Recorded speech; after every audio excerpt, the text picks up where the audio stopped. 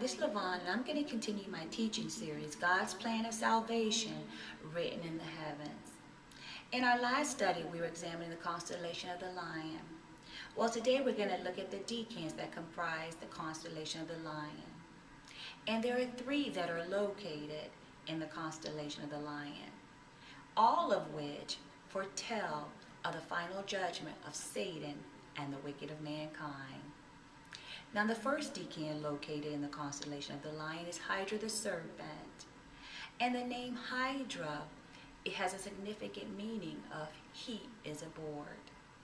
In this particular constellation, it pictures a gigantic serpent which is situated directly below the Virgin and the Lion.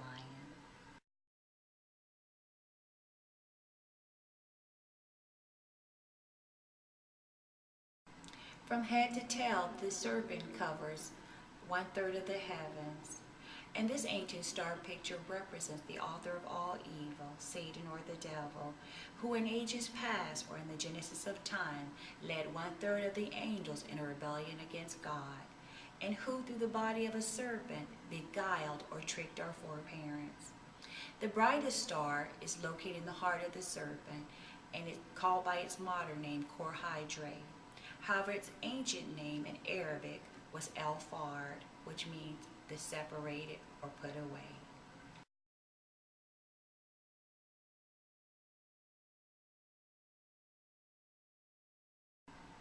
The Apostle John in Revelation chapter 12 verse 4, used the symbolism of this ancient star picture to describe how Satan drew 1/3 of the angels, that is stars, into rebellion against God.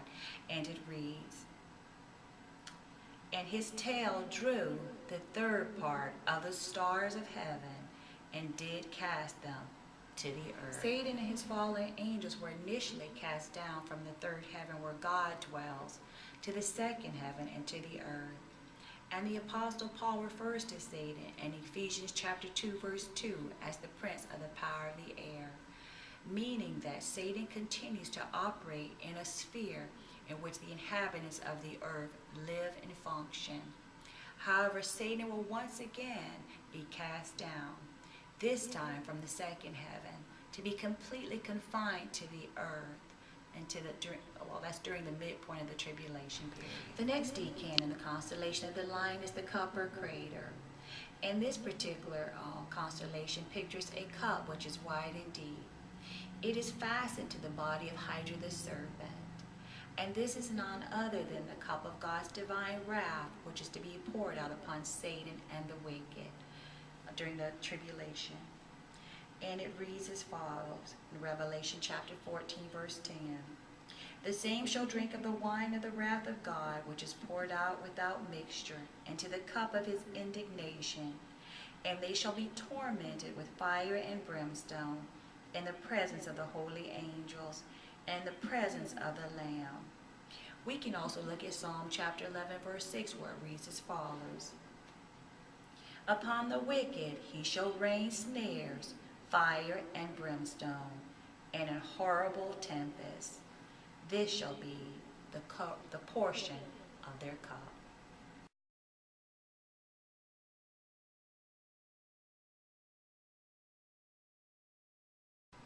The final decan is Corvus or the raven, and this particular star picture is represented by a raven which is seen ready to tear the serpent to pieces.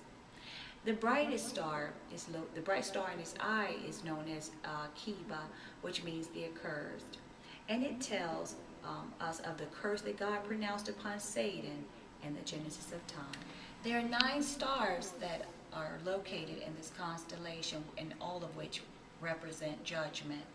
And it reads in Revelation chapter 19 verse 17 through 18 as follows.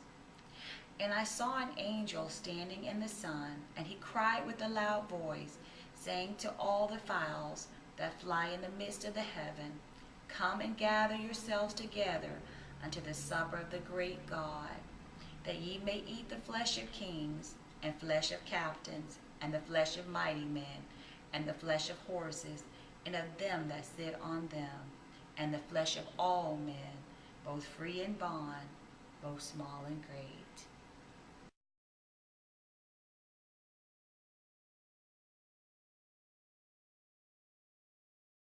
Now Jesus alluded to this in Matthew chapter 24, verse 28, where he says the following.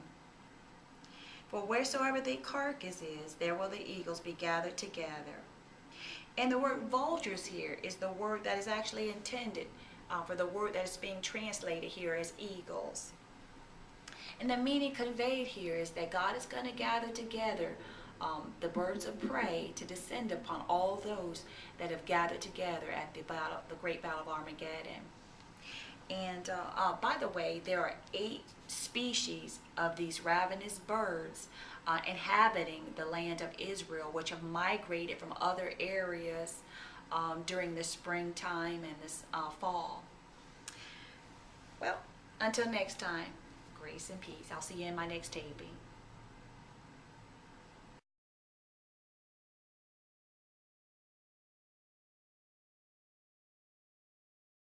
Hi guys, this is Lavon, and I just want to tell you as we get ready to wind down this very great series, God's Plan of Salvation Written in the Heavens, there's still plenty time for you to get a copy of one of these books. I do encourage it. You will glean so much more information in addition to my teaching from one of these 2 books. And the first one is The Witness of the Stars by E.W. Bullinger. The second one is The Gospel in the Stars, and that's by Joseph A. Size. And all you have to do is to click one of the links below to get your very own personal copy of one of these great books. And until my final teaching on this series next week, be blessed.